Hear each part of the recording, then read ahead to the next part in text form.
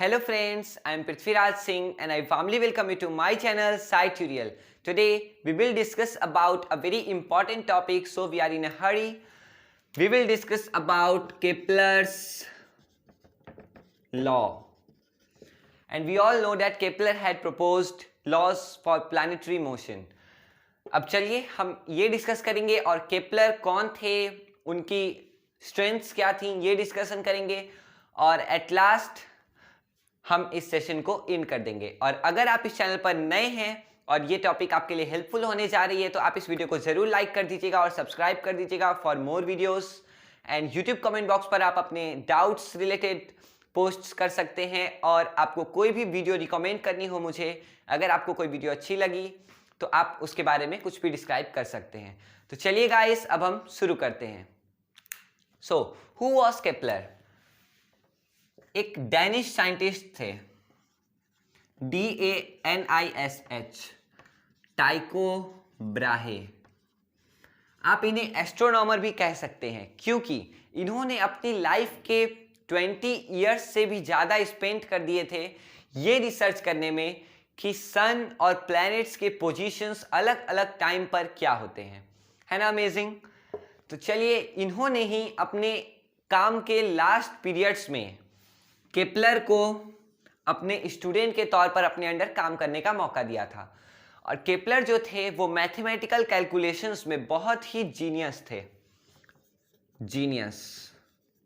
Okay, अब जो Kepler planetary motion derive करने वाले हैं, अब उन्होंने वर्क हार्ड किया तो उनके हाथ सक्सेस लगी। तो चलिए अब हम उस सक्सेस के बारे में बात करते हैं। क्या थे वो 3 लॉज? फर्स्ट लॉ ये था कि हमें लगता है कोई भी सोलर सिस्टम का मॉडल देख करके कि जो भी ऑर्बिट्स होते हैं, like I have to wipe it down and more clearly explain by a diagram. चलिए, हम जब भी देखते हैं किसी सोलर सिस्टम का मॉडल तो हमें लगता है ये सन है और ऐसे करके बहुत सारे ऑर्बिट्स हैं। यहाँ मर्क्यूरी है, यहाँ वेनस है, M for Mercury, V for Venus. तो इस टाइप का सोलर सिस्टम का मॉडल हमें देखने को मिलता है। लेकिन रियलिटी ये होती है कि ये ऑर्बिट्स ये सर्कुलर नहीं होते हैं, ये इलिप्टिकल ऑर्बिट होते हैं। इलिप्टिकल मतलब आप ओवल शेप तो जानते ही होंगे, एक की शेप को हम ओवल कहते हैं। तो ये जो शेप है वो सर्कुलर नहीं होकर के इस टाइप की शेप प्रीफर करती है। ओके, इस टाइप की शेप जिसमें 2 फोकस होते हैं, जैसे सर्कल में सेंटर होते हैं, उसमें इसमें इलिप्टिकल शेप में 2 फोकस होते हैं। तो उन्होंने कहा कि सन किसी भी चीज के सेंटर में नहीं है, ये किसी भी प्लैनेट के इलिप्टिकल ऑर्बिट के किसी न एक फोकस पर पड़ता है। सन इस पे होगा नहीं तो इस पे होगा। ओके, मैंने कहा इस पे होगा नहीं तो इस पे होगा, तो आपके दिमाग में ये क्वेश्चन आना चाहिए कि सन जो है वो मूव तो करता नहीं है, तो इस पे या फिर इस पे कैसे हो सकता है? तो ये देखिए कि मानिए हम इसे अब इलिप्टिकल ऑर्बिट बनाने वाले हैं। अब जो ये मरकरी का ऑर्बिट बनेगा वो इलिप्टिकल ऑर्बिट होगा और आप मान लीजिए कि ये एक न एक फोकस है और ये एक फोकस यहाँ खाली है। तो एक ऑर्बिट ये हुआ, एक ऑर्बिट ये हुआ, तो यहाँ वेनस और यहाँ मर्क्यूरी। तो मर्क्यूरी के मतलब इस वाले ऑर्बिट में सन जो है वो पहले फोकस पर है। एम आई राइट? यस। अब वेनस का जो ऑर्बिट है उसमें जो सन है वो लास्ट वाले पर है, क्योंकि इसके ऊपर भी एक फोकस यहाँ और होने वाला है। तो ऐसे ही करके सन जो है किसी न किसी एक फोकस पर ही रहता है। ये था उनका पहला लॉ। और मैं एक बात और बता दूं कि मैं यहाँ कॉन्सेप्ट के लिए आपको ये डिटेल में क्लियर कर रहा हूं। अगर आपको वर्ड्स में चाहिए तो आप किसी भी बुक को प्रीफर कर सकते हैं। तो चलिए अब हम सेकेंड लॉ पर चर्चा करने वाले हैं। सेकेंड लॉ जो है थोड़ा सा टिपिकल है, लेकिन हम लोग अगर ध्यान से सुने तो हम समझ सकते हैं,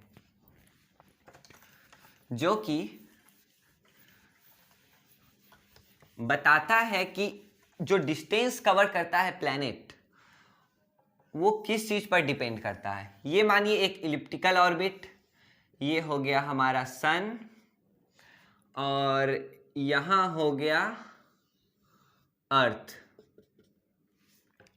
अब बात जो यहां होने वाली है आप ध्यान से देखिए, यहां एक टर्म मैं लूंगा आर, स्मॉल आर ही समझिए। तो स्मॉल आर जो है वो मैं लेने वाला हूं ये डिनोट करने के लिए कि the distance between the planet and the sun. तो यहां जो डिस्टेंस है वो हम ऐसे कैलकुलेट करें तो आराम से हो जाएगा। This is here R. अब देखिए आप एक टाइम पीरियड लीजिए टी, वो कितने भी सेकेंड्स का, डेज का, आवर्स का, कितने भी यूनिट का हो सकता है।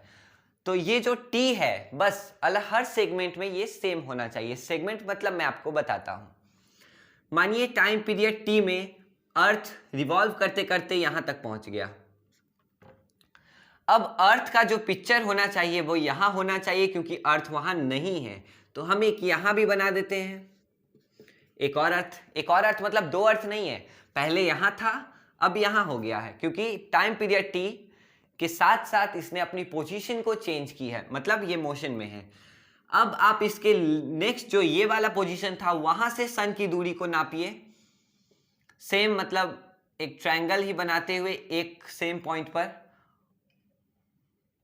तो ये भी कुछ R2 आ सकता है।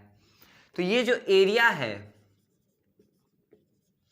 मानिए इसको A, ठीक है। फिर टाइम पीरियड T का ही लीजिए, सेम यूनिट का और सेम मैग्नीट्यूड का। मतलब पहली बार अगर आपने 2 घंटा लिया था तो इस बार भी 2 घंटा लीजिए, और अगले 2 घंटे में हम मान के चलते हैं कि ये यहां तक आएगा।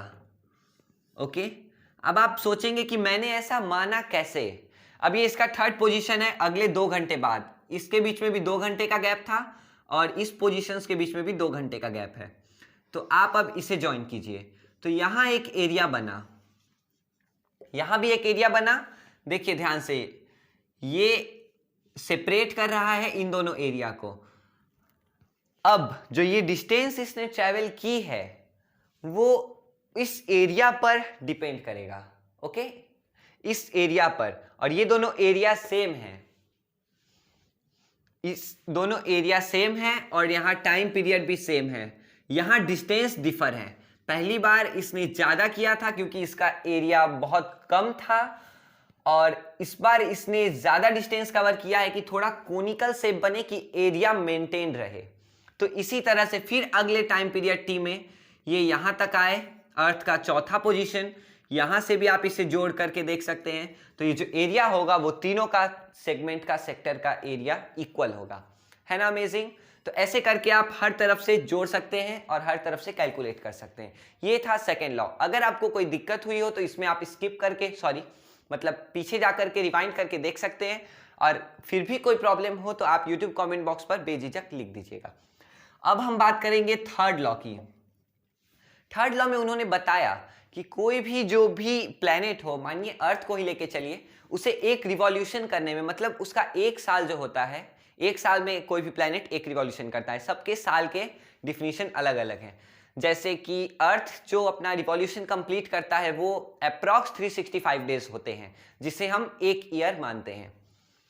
तो उस रिवॉल्यूशन करते वक्त ये जो 365 डेज का टाइम पीरियड आया है, इसे हम time period of the planet कहते हैं, जिसे हम टी से डिनोट करते हैं।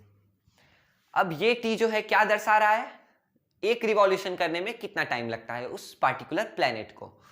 अब एक टर्म आएगा आर। आर का मतलब मैं पहले बता चुका हूं, distance between the planet and the sun.